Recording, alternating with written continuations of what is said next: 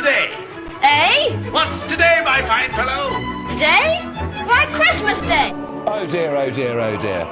And now, the pudding. We're being taken over by what's becoming a totalitarian state, which is based on very bad science. My Bill of Rights and the Acts of Settlement, which are ancient English laws, enable me to do what I want, to go where I want, when I want. Merry Christmas, Bob. What? If my freedom means you might catch COVID from me, then so be it. This is like being in a Nazi state. I'm very aware. Yes, of course we are. I nearly choked on my cornflakes. There is no evidence that a pandemic exists. A Merry Christmas to us all, my dears. God bless us, everyone.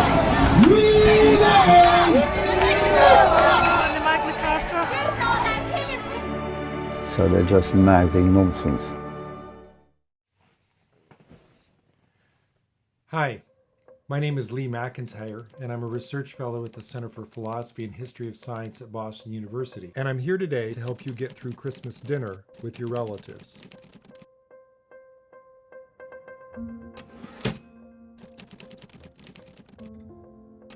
Now I know what you're thinking. Anger I can do. Despair, anxiety, dread. But hope? Why the hell would talking to your dad about how NHS nurses are conspiring with Chinese 5G companies, or your cousin about how the UK's vaccine rollout is exactly like Nazi Germany, or your sister-in-law about how the Magna Carta allows her to take off her mask on the tube, make you feel hopeful?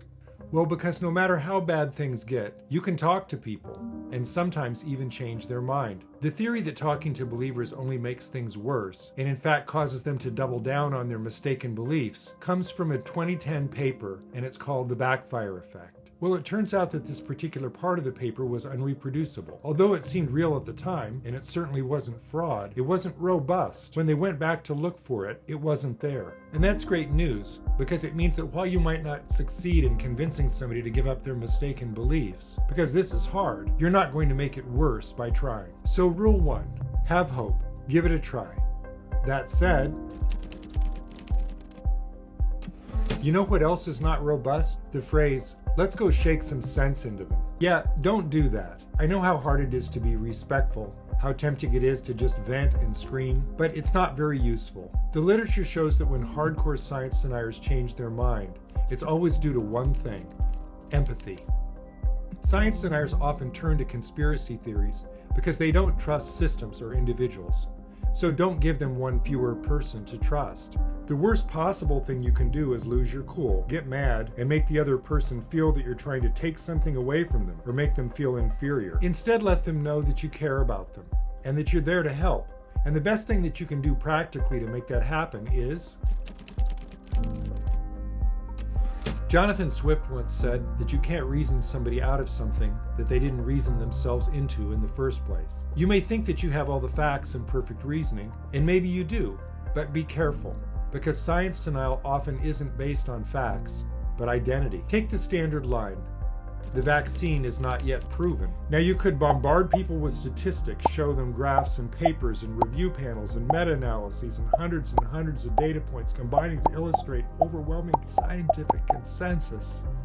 But that line, the vaccine is not yet proven, could actually mean, I don't trust doctors because I've had a bad experience. It could mean, I read a few Piers Corbyn posts on Facebook, and some stuff seems sensible. It could mean, I'm a little skeptical but haven't put much thought into it. Or, I believe the pandemic has been manufactured by a cabal of Westminster liberal elites, EU bureaucrats, and the lizard people who work at the BBC, or anything in between.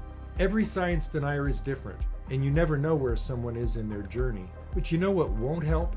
Bombarding people with facts. The magic of a personal conversation is that if you listen carefully, people will often tell you precisely what would change their mind. And then maybe, just maybe, you can give it to them. But how do you get to that point? Well, first you have to... Once trust is built, once you know what emotions they're feeling, you can begin ever so gently to poke holes in their logic. Crucially though, you're not trying to destroy or own or debunk their beliefs. Don't be one of those guys. Everyone hates those guys. You're just asking questions. These could be things like, Why should we be skeptical of scientists, but not strangers who post on Facebook? Or what does every doctor in the world have to gain from being part of some giant vaccine conspiracy? And how would they even keep that a secret? But my very favorite question of all is this. It sounds like your view's based on evidence. So tell me, what evidence, if I had it in my back pocket right now, might convince you that you were wrong? If they can't answer that, then even they might notice that there's a problem, because any scientist should be able to answer that. Above all, your question should come from a genuine sense of curiosity. This final rule is the most important. Don't expect your loved ones to change their minds immediately. Seriously, don't. That expectation will make you irritable and impatient. Instead, preserve the relationship and circle back in subsequent conversations. Aim to make them feel loved and trusted. You can't change someone's mind for them, but you can start them on the path to changing their own mind. Equally, don't put pressure on yourself, either to change their minds or to come out of these conversations unscathed. It's very hard to talk to somebody you love about an important subject like this. So limit yourself to a few questions and give yourself some space before and after. You burning out is not going to help anybody, either you or them.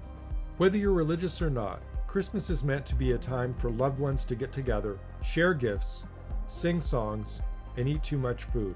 Most importantly, it's a time to show that you love and care for one another, even if they have science-denying views. The journey to changing minds can be long and arduous, but if you keep these 5 rules in mind, you're more likely to succeed. It'll be tough, but that doesn't mean it's not worth taking the first step. So good luck, and please pass the Brussels sprouts.